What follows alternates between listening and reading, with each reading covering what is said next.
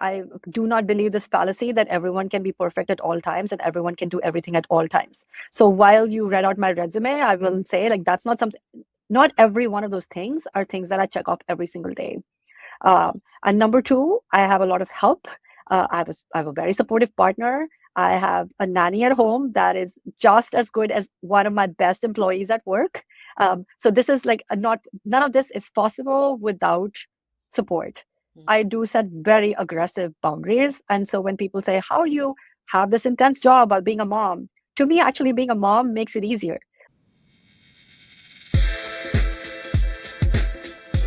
Welcome to 99 Humans. My name is Jeff LaCosta, curious coach and Wall Street Journal best-selling author, striving to understand how little things generate big impact. And I'm Nadia Carta, tech executive and lifestyle coach with a mission to transform lives and corporations by kindling hearts to generate a zeal for life. Each week, we investigate stories about the human side of leadership to re-energize your spirit and help you become a stronger leader. Because the reality is that leadership is messy, goofy, challenging, but always human. Thanks for spending time with us today. Let's dive in. Well, I have recently left Google about 5 months ago to write professionally. So I'm now a full-time author. Congratulations. I've written lots of books before this, but always been a Amazing. dream to do it full-time. So living the author life over here in Atlanta, Georgia. It is which the is dream fantastic. for many people. So I'm so proud of you for really doing that for yourself. I've always wanted to write children's books, and like hypothetically, like at somewhere in my future, maybe that's meant for me. But I'm really proud of you for going after your dream. That's amazing. Congratulations. I love it. Thank you. And I know if you want to make it happen, you'll make it happen because you juggle a lot of different, hats in your life. So when the time is right, if you want to write a children's book, definitely let's chat. But I believe that you'll get it done. Thank you. Thank you. Yeah, that's another story for another life stage, I think. But Nadia asked you a good question to start, but just because we jumped right into Yeah. it, I do want to say we all crossed paths at Google. But Yes. from a professional introduction, maybe, it's important Yes. to also note that you are an incredible woman who is the mom of 5-year-olds. We talked a little bit about your husband and how you've moved across the country and travel everywhere. That is through personal enjoyment, but also in your current role, working with TikTok for monetization. You're also an investor in a lot of AI companies and a board member for the New York Foundling, which works for vulnerable children. So incredible resume, which makes you such a great person to interview. A, because we're friends, and so we already know you as a human being. That's right.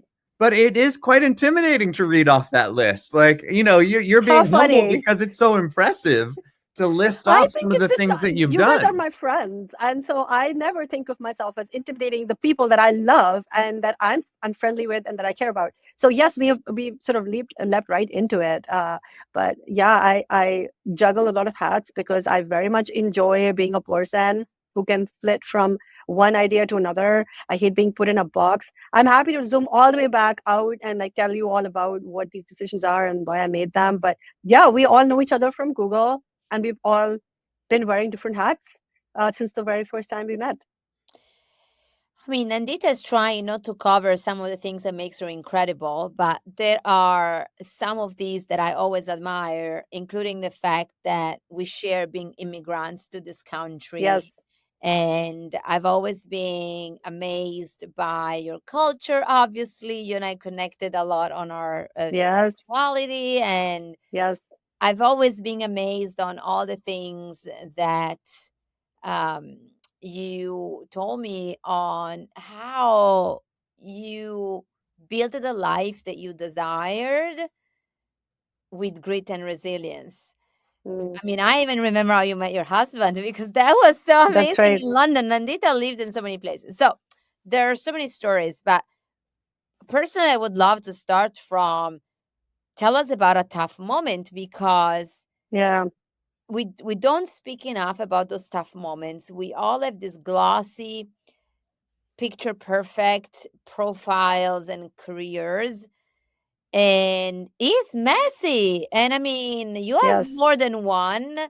So I don't know if necessarily we want to stop at a career one, but why don't you start on how was it to start your career in America as an immigrant? Yeah. Because I feel that there's a lot of juice in there. What a wonderful question. And I do want to acknowledge that I think all of us, we present so well. And that's why we all have these wonderful resumes and these successes that you were just kind enough to read out for me. But as you know well, and as since you've known me for so many years, the path to any success comes with a lot of resilience, but a lot of failure as well. And so I'm glad today we're taking the time to be vulnerable, to talk about that, because we don't often do that. And yes, it looks very glossy on the outside, but we all arrive at decisions through challenge, and we all make our way to the successes in our life through grit, through resilience, also through the support of our friends, our families, our network. Nobody goes about any of these journeys alone. So, yeah, Nadia, I think you pointed out something that you and I have very much in common, which is both of us women who didn't grow up with English as a first language, who grew up in small towns. You in Italy, me in India, right? Very small cities. And I think another thing that you and I have in common is that um, I think I always have the next goal in mind, and it's only when you look back that all of those goals start to connect in a way that feels like a seamless story. But when you start, or anywhere along the way, it doesn't feel like there's a consistent path here. It just feels like you're picking the next challenge and you're kind of going after it. And then you climb a mountain and then you can see further, and then you're like, oh, I know what other people can do. And if other people can do it, so can I. And I think we find inspiration in others. And I'm glad we're having this conversation, because I think there's something unique about finding inspiration with people with some commonality. Either it's immigrants, or people who are women, or just like people of color, or the various commonalities that we all find between each other as human beings, or just, hey, oh, we were all colleagues at Google, and look at our different paths now. And as you find that element of commonality, you can see yourself in that, um, and find inspiration in that. But to answer your question, what was it like to move here as an immigrant? I think it was part of that story, and that immigrant grit. For me, I grew up in small towns in India. I moved to the capital, Delhi, for my undergrad, and I started working at Ernst & Young after I did my undergrad in economics. Mostly because I wasn't quite sure what I wanted to do with my life, and it seemed like a great job to get out of undergrad. And I'm like, okay, this seems cool. They're paying me to do something that seems interesting. I have no idea what the job actually entails, but I'm going to show up every day and kind of see where it takes me. And I did valuation work and investment banking work for mid-market companies, which is when I first realized, hey, I kind of love telling stories through numbers. And I want to be really great at this. And there was someone who was a couple of years ahead of me in my analyst program, who got into Columbia, and who applied to business schools here. And I thought, oh, that's amazing. Like, there's a path here to, if I want to be great at something, I want to go study at the best places in the world. And I'd never been to New York. I'd never been to the US. But I just thought I could do it. And there was probably, like, when you're very young, there's sort of a naive self-belief. You are just more of a risk taker, because you don't understand the many ways in which things could go wrong. And it was almost like, what do I have to lose? I'm going to give it a shot. And I got extremely excited about it. And I started talking to a lot more people. And I would cold call, or cold email back in the day, people who were in various business schools. And I applied and I got in. And so I showed up here with 3 suitcases and $150,000 in debt, which, since we're talking and sharing, my parents were shocked by, because that was the amount of money that they have made in their entire lives. So they were like, what kind of debt is this? This is insane and obnoxious, and you're going to fail. And I was kind of like, you know what? I'm 23. Maybe I'm being stupid, but I'm going to try it. And in an odd way, I feel like I'm 40 now, and I'm still the same person. I'm still the person who's sort of going to say, you know what the hell? I'm going to give it a shot. Failure is part of the journey. And so that allows me to take more risk in different ways now. And I will acknowledge it's been so many years since then. And along the way, you develop some perspective, but you also develop some privilege. So I'm not the person, like, I'm not as broke as I used to be. So therefore, I can take more risk in a different way. But I think that core personality of just being a person who's a little bit of a risk taker, a little bit of a wild card, a little bit of I'm going to try it. What's the worst that can happen, is still the person that I am. You're pointing that out as one of the earliest risks in your career, but I'm genuinely Yes. curious, were you always a risk taker like as a child, or was that something different and something wild that kind of sparked something in you? Yeah, I think I was always not, when you think of a child as a risk taker, you think of like people who are athletic or people who, no, I was very academic. I was a huge nerd, but I sort of had this consistent self-belief that if I try something, even if it's hard, I'm going to find a way to make it happen for myself. Um, we moved a lot. My dad was in the army, and because of that, I just became someone who's very attuned to different environments, and that I think is something that has really stayed with me. How do you get along with different types of people? How do you feel at home in a new city over and over again? We would move every 2 years or 3 years or so. So maybe that was part of it. I don't think as a child I was a risk taker, but certainly I was very used to change, and that may be someone who was never afraid of it. So I could leap into it if out of choice, if not of necessity. Mhm. How this trait has been shaping you as a leader, right? Because what I feel is when you need to take risks for yourself, Yes, it's something that we are in control. Like I would jump from a cliff absolutely. by myself. Yes, My that's risk another thing you and I have in tolerance common. on Yes, a 1 to 10, my risk yes, tolerance is 9. I told my husband yes, we're yes, packing to New York with 2 young toddlers. And he yes. looked at me and I said, remember "You're this well. crazy." But then when you need to lead a team and you also need to lead a family, let's say it, Yes, you're dealing with people that have a very different risk tolerance. So absolutely. what do you do then? How do you manage? Such a wonderful question, and I find that all you and I, and then especially recently. So my career in tech, I think I probably chose to be in tech because of the constant level of change, and I found that almost enthralling. So it spoke to me. But I think as someone who's been now in various roles in various tech companies for almost 15 years, I've and that was before then I had a career in finance and then in consulting. What I find is that number one, there's constant change. So you have to deal with it on your own, but you also have to lead a team through it. And the way I think you do that, or at least the way that I've tried to do that, is a few things. Number one, I try to know the people in my team extremely well, right? So some of them are going to be folks who are going to, in their whole personalities, either embrace change or just be a little bit more zen. Some people will find that a lot harder. Um, and so what you try to do is try to ascertain if these folks are people who are going to find ways to thrive, or in like what way they would need support. So one that could mean for more junior people, for example, you might say, okay, here's a vision. Here's what we're going to get through. Here are the bumps in the road. But here's like how I can clarify for you as a leader, like where we're headed. So I'm going to provide you guardrails. I'm going to provide you vision, and then get them comfortable with sort of a more narrow view of the world versus like, a more open-ended, we're going to go in many different directions and many different things could happen. So as a leader, I do feel like I try to take responsibility for saying for different people within their risk tolerance, try to understand what kind of guardrails would make them do their best work. Because as a leader, my primary job is to help my team do their best work, whether that's like emotionally showing up at work, whether that's providing a vision, whether that's providing career growth and opportunity, or whether that's something, even more simple as having a one-on-one with them to help them solve a specific problem. My role is to help them do their best work. Sometimes it could mean getting out of their way, right? You give them something and then they have an idea and they're running with it and you kind of get out of their way. So really, you have to kind of tailor it. The second thing is I think you have to kind of get people comfortable with things you cannot change as a leader. Quite often, there will be things, especially in tech, where you cannot, so you kind of have to be honest with yourself and honest with your team. Here's what I can do for you, and here's what I cannot change. So there's going to be a level of discomfort. I mean, candidly, honestly, I work at TikTok. I've been here 4 years. The company as a whole, the platform as a whole, has gone through several levels of regulatory ambiguity over the last 4 years. So if there are people on my team who find that uncomfortable, I have to be honest with them and say, here's what I can do for you. Here are the guardrails I can provide on a regular basis. But here's stuff I do not know. I do not know the answers.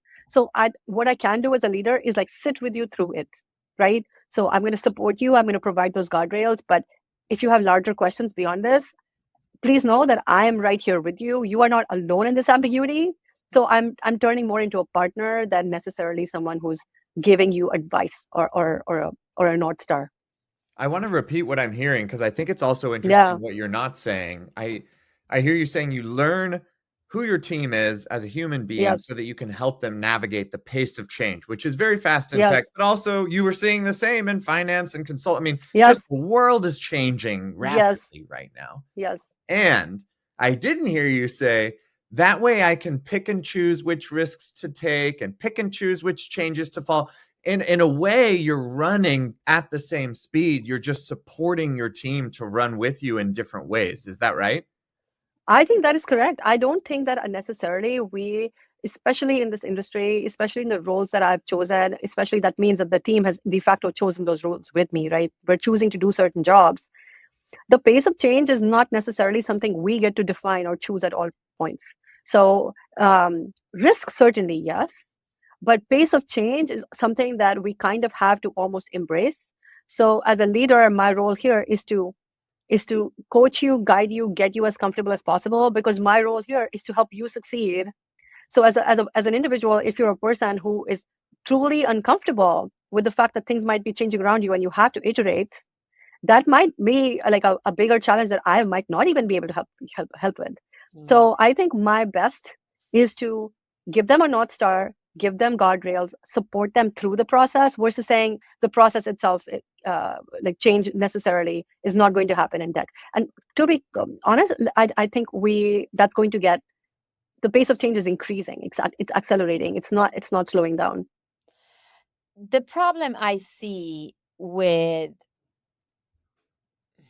change is that often change comes at the disruption of safety. Mm, Because if we were able to say, hey, I'm asking you to take a risk, I'm yes. asking you to change, but also along those lines, I tell you that you're safe and that you can take that risk in an environment where you're protected and you will have a Yes. leeway and all of that, I feel that everybody would be more comfortable with that change. Now, sadly, and maybe we're talking about changing the corporations, but also in life, what happens is that you don't get that, obviously, because no one can give you that assurance. No one can tell you, hey, you're going to move to New York, you're going to move to America, are you going to make money? It's a big question mark. And so that's where, in my opinion at least, Yeah. the ability of a human to trust and to let go of certainty, believing that with their resources, either financially or physically or mentally, they're gonna be okay. That comes into play, right? This is so wise, and you are making such a good point. And I'll add to that a little bit. I think this element of safety comes down to some certain ground truths, right? So what that might mean for an individual person is that you believe in your own capability, and that's a ground truth. And so therefore, you're willing to ride out the change. What it means for a partner or a partnership, like in a marriage or as a parent, you might believe and say, you know what, there's going to be change. Here are some ground truths we believe in as a family. We are going to stay together through this. I'm going to hold your hand through this change. We're going to balance risk in this way. If there's like two people involved, one person takes greater risk than the other sometimes. And I think there's a partnership that comes from that. In a corporate environment, what you can do as a leader to provide that safety is to say, number one, again, I will provide those guardrails for you. So in no way are you alone in taking that risk. We are doing this as a team, and be very clear on like why you are doing that. Why is this important? So why is it important for us to kind of walk through this ambiguity together? And when you arrive at the other end, you kind of have to paint a picture to say, this is what it will look like. So you're giving them I love this word safety in this context, because I think you cannot provide a guarantee of the end, but what you can provide is knowing that I will have your back in these ways. I will teach you, coach you through it, and I am going to ride it with you. And so I think you're not sort of leaving them alone. You're like, here you go, off you are, like, go to the races, I'll see you on the other side. You're basically saying, this is what the other side looks like, this is why we're going through it, and I'm drawing out a path for you, and I'm going to be walking it right here with you. And so there's an element of trust. So there's ground truths that you're giving to your team, where you're saying, number one, you can trust me to be candid with you. You can trust me to want to support and to coach you. You can trust me that this is the other end that we're going to get to. And this is how I'm going to help reduce that risk for you of the fact that we are going to end up there. So these are the other factors that we're considering, right? So I think the candor helps. I think that element of like mutual trust really helps. And I think that comes with time, because the more genuine you are and the more candid you are with your team, the more they're likely to trust you when you talk. How do you get there, Nandeeta? I'm curious if you have any examples of creating Yeah. that, because it sounds amazing. And I think we've all Yeah. been on teams where that's clicking. We trust the leader, Yes, we're candid with each, but like that is built over time. And I'm curious it if you is. can bring that to life for us. I'm happy to give you some examples, and I think I'm going to talk about some of the ones more recently. I'm again, I'll generalize and then I'll get into specific examples. I think the generalization number one again is to spend it is I manage right now about 25 people, and so I have skip levels, and so it's impossible for me to spend individualized weekly one-on-one time with each person. But what I think is really important to do is in my team meetings, for example, I will be very repetitive about what the other end looks like, right? Like, here's where we're trying to get to. Here's how it's tied to company goals. Here's why all of the stuff that we are making you do or you're having to do, or like these are the goals that you're setting for yourself. This is how it ties to this greater goal that we all have. So it's sort of creating that sense of commitment that is very mutual and very shared. And you have to be repetitive about that, especially in a moment of change. You kind of have to be very consistent about what you're trying to achieve together. That's first. Number two, I believe in candor and authenticity. People develop trust when they believe you, when you are honest about what you can and cannot do. So I think telling people honestly sometimes, like, hey, I cannot control X. These are the things that are happening with cross-functional leaders. Here's what's happening with regulation. Like, I cannot control this. So I'm not pretending to be an all-knowing, all-powerful person. And that is a more authentic way to live life, right? So I'm going to say, here's how I'm navigating it. Here's how I want to support you in navigating it. Let's have an open dialogue. So you call me out, I will call you out, and we will have a conversation. And so I think what happens is, especially in a larger group setting, if I am brave enough to say that, another person is going to be brave enough to counter or like discuss it with me, and that bravery starts to permeate through the team. Inevitably, there's going to be a person who doesn't want to talk as much, but when they see others in their team speaking up, they're going to feel like, oh, I see this other person speak up, and my leader, my manager, my boss, whoever, was receptive to a controversial opinion. They were receptive to a opinion that was full of disagreement, perhaps. And so when that conversation is had in a open forum, I think it engenders and creates that trust. I think back to even at Google when we used to have those big company-wide all hands, right? Where people would go up to a mic and ask difficult questions. And the more authenticity that you display in those moments, I think that engenders trust over time. And frankly, I think that buys you time as a leadership team to come up with something that can resolve a problem when you own that. And I think then thirdly is also like my team is not that large. So even though I don't meet them weekly, I have office hours on my calendar. So I do ensure that there are very regular touch points with my most junior people as well. I think some of them can be much more open in one-on-one. When you get to know people as people, then you can understand if they have externalities. Like some people might be saying, oh, I'm really worried about losing my job. I have a family that I support. I'm worried about healthcare. Once you have that color, you can calibrate your response to an individual person once you see them as individual people versus like a block, right? Yeah. I mean, Nandita, hearing you laying it out so linearly, it looks like super easy by the manual to achieve. It's not. I'm like, okay, I tell my team the end goal. I tell my team. And then I'm like, Yeah. and then emotions happen.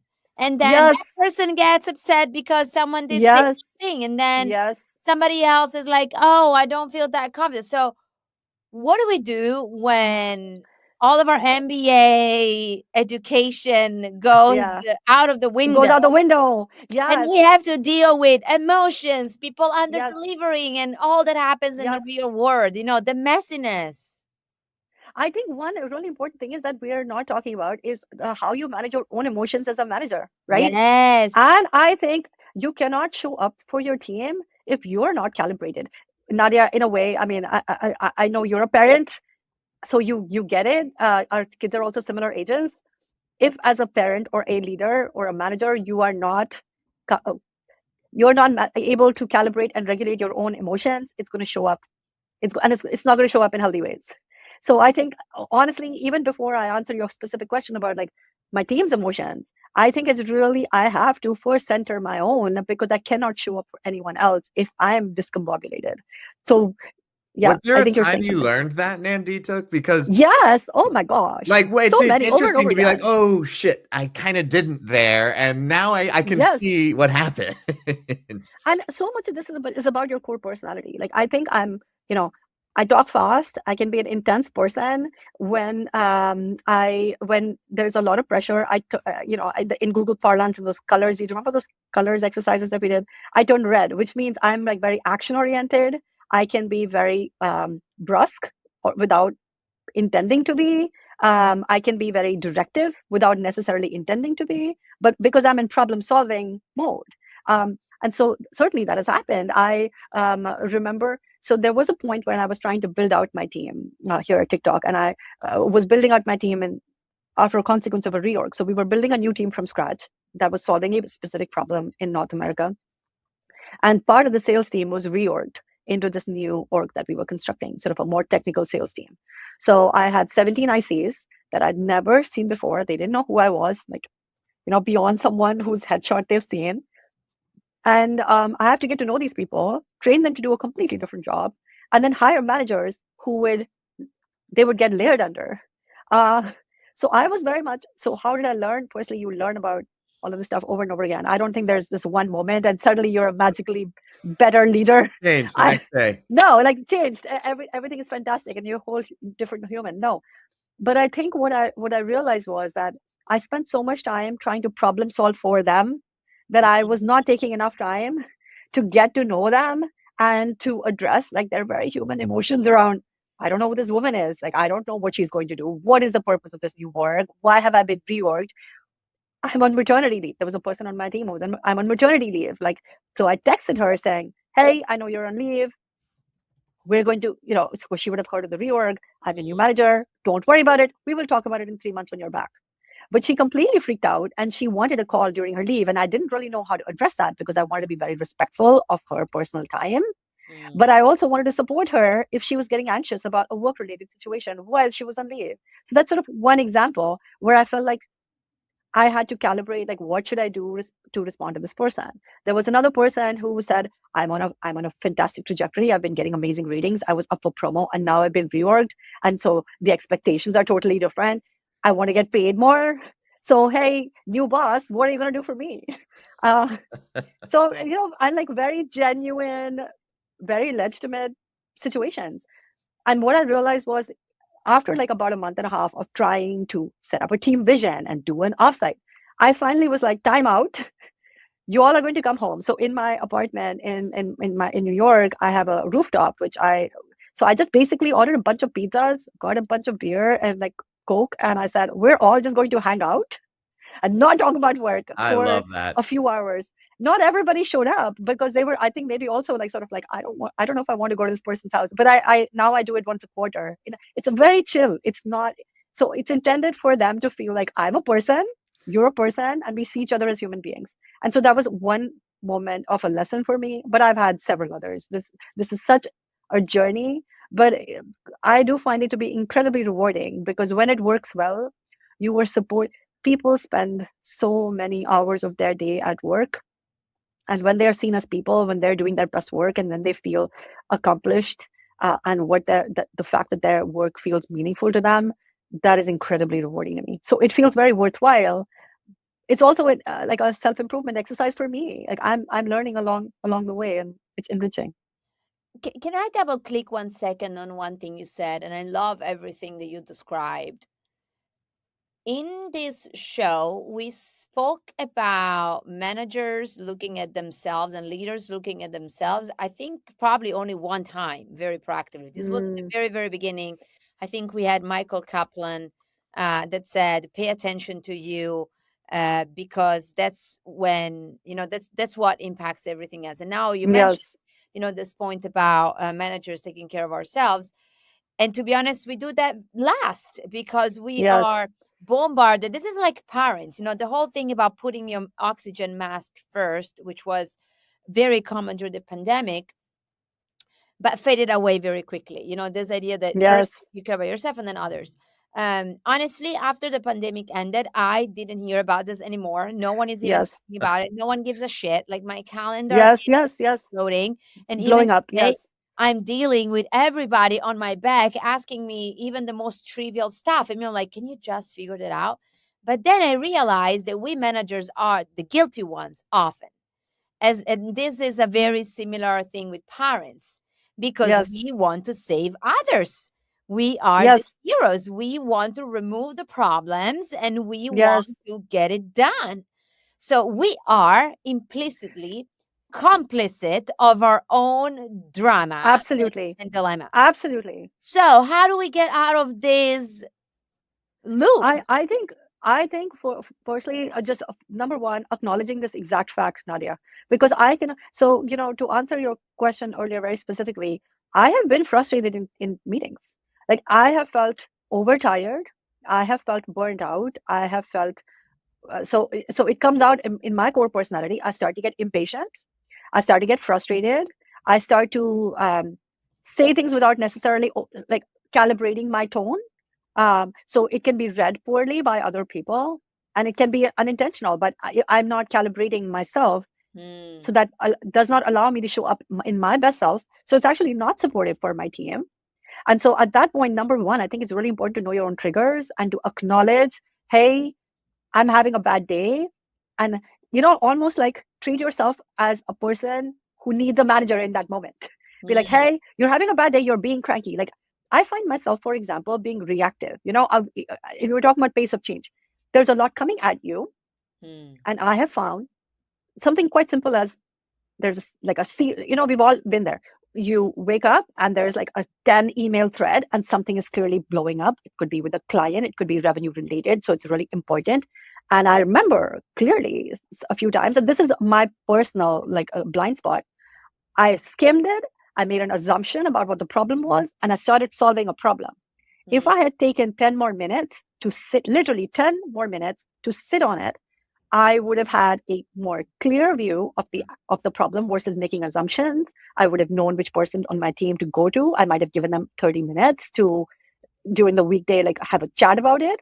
And then we would have come up with a more clear answer. Hmm. Versus I woke up to these 10 emails, I added to the deluge of 10 emails, therefore extending the stress to other people as well, right? And so then you end up from a 10 thread email to a 25 thread email, and there's no clarity. And all because like you didn't give yourself 10 minutes to sit on it. Hmm. So everyone has their own blind spots. This is mine. But the first one is like acknowledging that this is a person I can turn into. And so if I'm turning reactive, that is a moment for me to take a pause. And there are many small things I try to do to calibrate myself. I try to keep 30 minutes on my calendar. It honestly, it always gets overridden, but I keep 30 minutes on my calendar to have a peaceful lunch, which means probably like twice a week I actually get to do it. I leave the building to get my lunch, which means there's some actual fresh air and sunshine that is inbuilt into my day. I come into the office every single day because I find it helps me, but I also really love the commute. I have a very short commute, so I'm very lucky. But that commute time where I listen to music for 15, 20 minutes is my moment to switch on and switch off, right? Hmm. And so I'm not recommending these specific solutions. I'm saying that we all have to know ourselves well enough to know what those little solutions are. And then once a week, I try to get one-on-one time for just me to have a quiet coffee in peace. Hmm. Nandeeta, this is super juicy conversation. And I want to pivot us just in the last few minutes because there's a giant topic, family, that we haven't really touched on much. And Yes. your commute story reminds me of somebody that I was just talking to that says that they always stop at the bottom of their hill and shift gears to get into Yes. family mode, to leave work Yes. mode. And I'm curious, I'm how the does same that person. like there's the bring your whole self to work and be your authentic Yes. self. And I Yes. feel like that is a direct, like conflict with pause at the Counter. bottom of the hill and Yes. switch on or off. How do you manage a full life, a full family, being a mom, being Yes. a partner, and being an incredible leader at, all the Yes. TikTok and nonprofits and other spaces that you're working in. Number one, I do not believe this fallacy that everyone can be perfect at all times and everyone can do everything at all times. So while you read out my resume, I will say like that's not something. Not every one of those things are things that I check off every single day. And number two, I have a lot of help. I have a very supportive partner. I have a nanny at home that is just as good as one of my best employees at work. So this is like none of this is possible without support. I do set very aggressive boundaries. And so when people say, how you have this intense job while being a mom? To me, actually being a mom makes it easier because my job would be all consuming if I did not have these little 5-year-olds at home that are equally demanding, right? Like they're not going to let me get away with not reading them that book or not considering this very important thing that happened in school. And, mommy, like I have to pay attention. And in the very long run, this is more, or if not, like just as important as anything else I do in my life. So actually, it allows me to set boundaries. So the fact that my children's caregiver leaves at 6 p.m. means that either me or my husband have to be home at 6 p.m., which means that's my bottom of the hill moment. That's also why I like to come into the office every day. And different people commingle their lives in very different ways. So I hesitate very much to give advice. But what I will say is that number one, acknowledge that no one is perfect. Everyone's making mistakes with everything. So give yourself some grace. And number two, the people who seem to have it all usually have help. I certainly do. And I definitely like the commute to work as a moment to switch on, and the commute back to work is to say, okay, now I'm in mommy mode and I'm going to spend time with my kids. And I very happily will tell. So if someone is aggressively texting me or writing to me about some work stuff, I have sent them photographs. I'm like, I'm with this other, like I'm with my child, I'm reading her this book. I will get back to you when she's in bed. And so I have zero qualms about letting people know that I need this time, and I think that's a very fair thing for most of us to do. Mhm. It seems to me that the toughest part of that is probably our mental presence. Like Yes, sometimes, even if I'm there, all these demands are I running in struggle with my that. head. And I'm like, I know that I want to be with my daughter and being present for her. And then my brain is spinning into that other direction is not at all easy. However, having awareness of it, it feels is probably kind of a halfway through it. I think that is completely correct. And I think like anything where you're managing emotions, what the one framing that has helped me here a lot is the idea that I get to do this.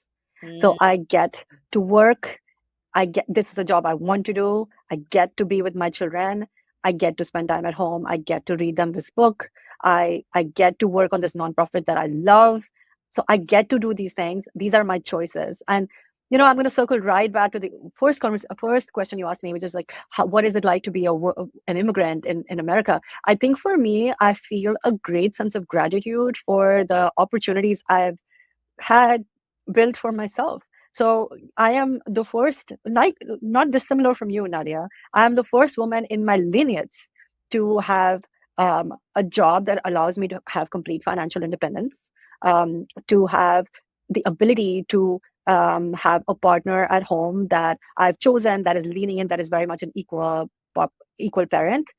And these are not privileges that many of the women in my family have had, and in my lineage, nobody. And so for me, even just that allows me to, I love walking by the river. I know it's sometimes, Nadia, you do that too. I love walking by the river. And sometimes it's helpful for me to just take stock of that, right? Like to basically, and sometimes I absolutely feel like I'm overwhelmed or I feel like a failure, which is so funny. Or I'll say, well, I'm not doing this well enough, or I was too reactive at work today and I sent that email out and I really shouldn't have.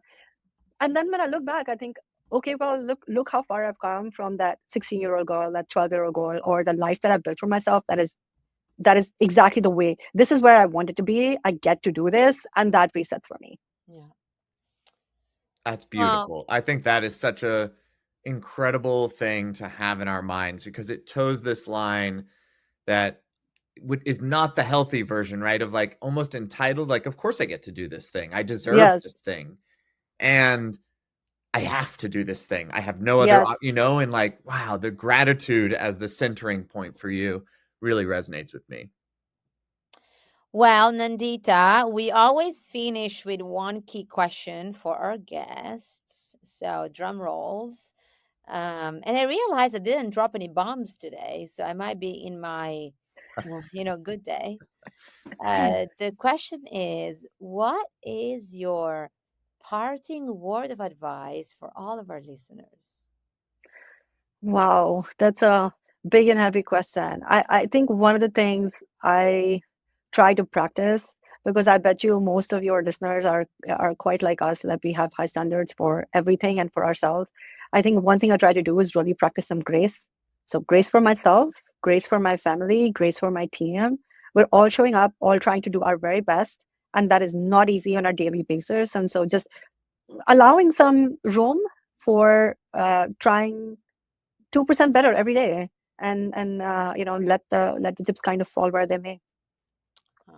2% Be better. kinder to yourself. Yeah. Sounds good to me. 2% better every day. A Totally. mindset.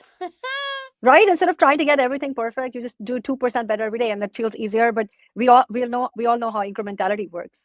So 2% every day adds up to quite a lot very quickly. That's very true.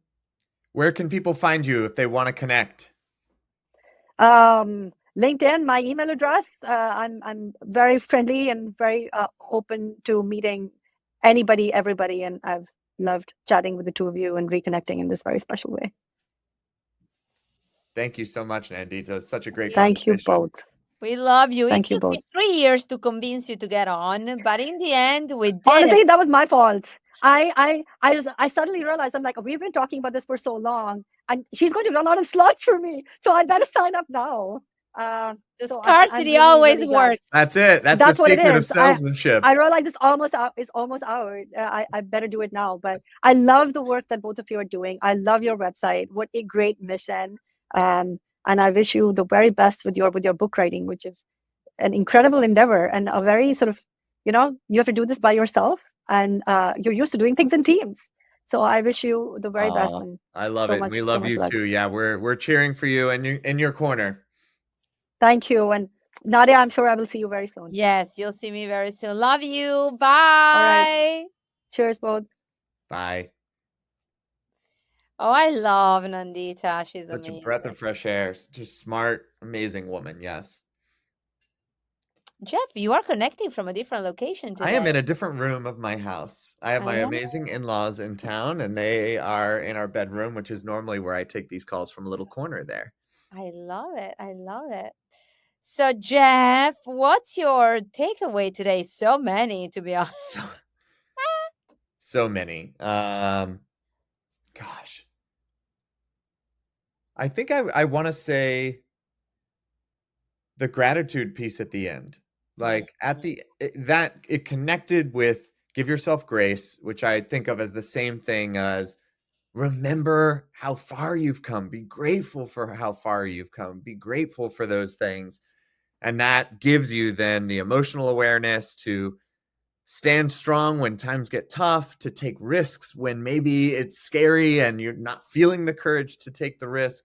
So many things start from that kind of emotional foundation of I'm good, I'm okay, this is going to be good, and there's so many things in everyday life that are screaming out to remind us of that. But if you're not opening your eyes to that, it's so easy to see the person cutting you off in traffic, or the thing your partner said to you that was a little off this morning, or the fact that you pressed snooze one too many times and missed, a little workout or a whatever, and all those things bog you down. And I just thought it was such a cool reminder. And what better person than a thriving immigrant to the United States to give us a reminder of, yeah, life is good, and that's the right place to start every day. Well, I'm certainly too hard with myself a lot. So that was a great reminder indeed. Yeah, absolutely. All right, Nadia. Well, how about you? I'm sure that was a piece of it, because you too are definitely peas in a pod. But what else stuck out to you? Oh my God, there were so many. But if I want to go with something original, because I would have said what you said, the 2% better. However, let me say something else. the whole passage around managers and leaders and our people, and probably because I'm literally living this in the moment, and all of that, it's very hot for me. I'm such a type A that I always want to do things great, and I want my clients to be happy, and then I want my team to be happy, but not happy in the sense of happy. I'm saying happy in the terms of excellent, Mm, right? Like, I yeah. don't care if people eventually are not happy and Right. excellent. I'm like, I want people to be excellent. And this drive to excellence, I'm going to call it this way, this zeal for excellence, sometimes makes me a lot of disservices, because then I end up drained, Yeah. and I end up taking way too much responsibility, um, versus the one that I should have. And I can see that at home as well. So for me, today's conversation was a constant reminder that you need to put your oxygen mask first. And for many people means different things. Like for me, having a 30 minutes lunch, for example, does nothing to my energy Yeah. levels. Like, I literally need like consequent 4 or 5 hours, or I need like a full weekend of detox, like, or a full 3 days. Like, I run so much on this highway and speedway Yep. that I'm the same way on the detoxification. I can go 48 hours nonstop working, but then I need 48 hours, nonstop relaxing and being mindful. So that adjustment for me is something that in my life I still haven't fully achieved. However, as Nandita was saying, having the awareness and embedding in your day practices, like she was saying, this morning, for example, I was chanting for an hour, and that for me was already, a good start. So I feel that for society and for human leaders like we are, and also light workers, is absolutely necessary. I love that because it also connects to her reminding us that this is different for everybody. Like she was exploring and sharing what works for her to keep her tank full, but that's not the same. And you're right, a 30-minute lunch, it very well could be the busiest time of your day. In your mind, you're finally clearing out everything. You're sending a few emails, maybe you're having lunch with some. I mean, this is not rejuvenating, just like I've heard, and you tell me with, two girls, but is it really to play Candyland with your kid? Like this isn't an adult's version of fun and play. Yes, you're investing into your children, but that's also can be draining. These things that we're told are supposed to be one way or another might not actually be that for all of us. Yeah, and I sympathize with a lot of parents. Our weekend are far from being recharging, so Yes. can be hard. But I love this conversation. I really love when our guests bring their full selves Mm. to our conversations. It truly, and I know that everybody is. It's just a very replenishing for us. It's a fun, I'm still enamored with 99 Humans as an idea because that's what it's about. That's what I want to talk about. And that's what we get each time we log on here. Well, everybody, you should know that there's a guest that we are all striving to have, and hopefully we will have. And Jeff is working on it, and that I can't wait to see on the show. So please continue listening and give us your 5 stars as we approach the end. And we'll catch you next time. Thanks very much. Bye.